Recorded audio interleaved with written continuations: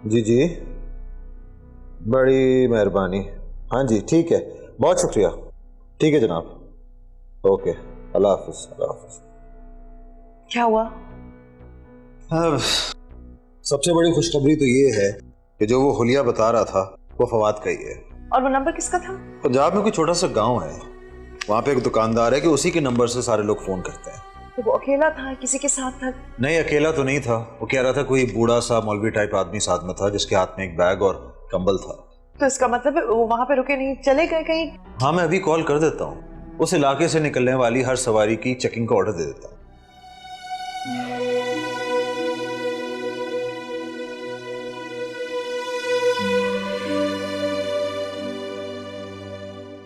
अरे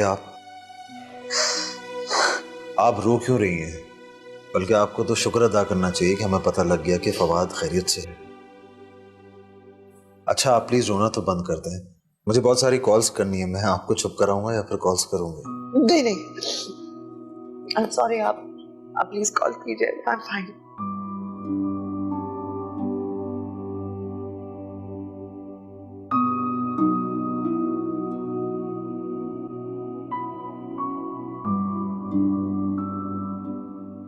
हाँ, ऑब्जर्वेशन में रखना उसको, ठीक है?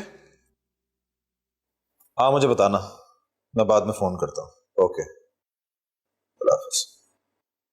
क्या हुआ, किसका फोन था? वो मेरा आंटी का फोन था, फौरन बुला रही हैं घर। फौरन बुला रही हैं तो चलो चलते हैं, कोई इमरजेंसी होगी। नहीं नहीं, मैं चली जाऊंगी। तुम अकेले नहीं जाओगी, हो सकता है उन्हें हॉस्पिटल ले जाना पड़े या फिर कोई और काम हो। अरे मैं आपसे कह रही हूँ ना, जरूरत नहीं है। तुम हर बात पे इतनी जिद क्यों करती हो? आप समझ नहीं रहे।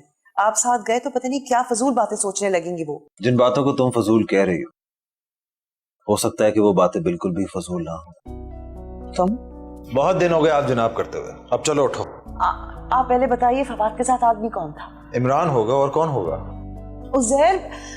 इमरान मौलवी टाइप आदमी नहीं है। क्या हुआ?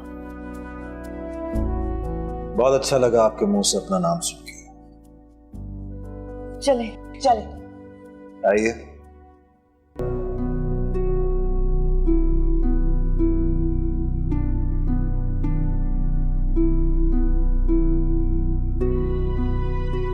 मैं वापस नहीं जाऊंगी उस घर में। अच्छा ना जाए, आप यहाँ पे रहे मेरे पास, but let me tell you कि यहाँ भी वही होगा जो वहां होता है। लेकिन एटलीस्ट तुम तो होगी ना यहाँ।